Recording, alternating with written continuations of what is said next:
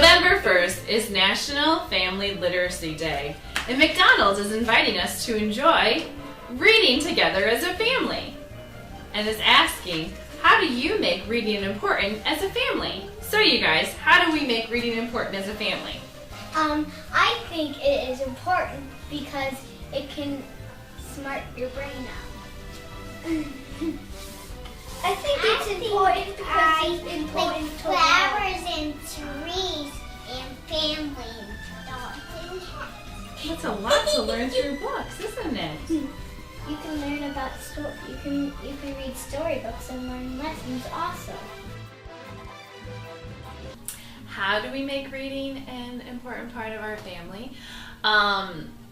During quiet time, for our children when they were younger, they were allowed to pick out some books to look through. Even at nighttime, after we've read our story, I usually let one of them take that story or that book with them to bed, and they can look through the pages. And now as they're getting older, they have the level 1, level 2, the different readers, that on the weekends, everyone gets a few minutes to themselves and they get to read during quiet time, which is nice. It's just quiet time for everyone. They can grab a book and read, and what often happens is their eyes get a little heavy and sometimes they do fall asleep. But reading's important more than just for the adventures that are found in stories. There's also those stories that can tell lessons, very important lessons about sharing, or maybe you have a child who is concerned or worried about going to the dentist or to the doctors or hospital, or maybe you've lost somebody in your family. I mean, books can do so much more than take you on a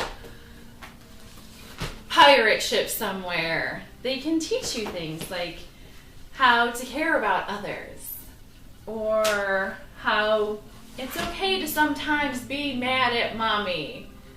They can address so many topics and help you have a conversation with your child that otherwise might have been either awkward or difficult for parents to really broach the topic with their child.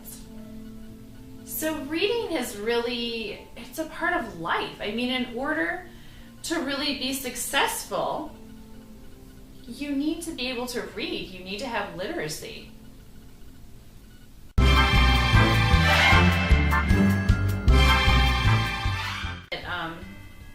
Always grab a book. Bring a book with you if you have a few minutes to spare somewhere, if you're waiting for another sibling to get finished with some practice or whatever. Just always have a book with you.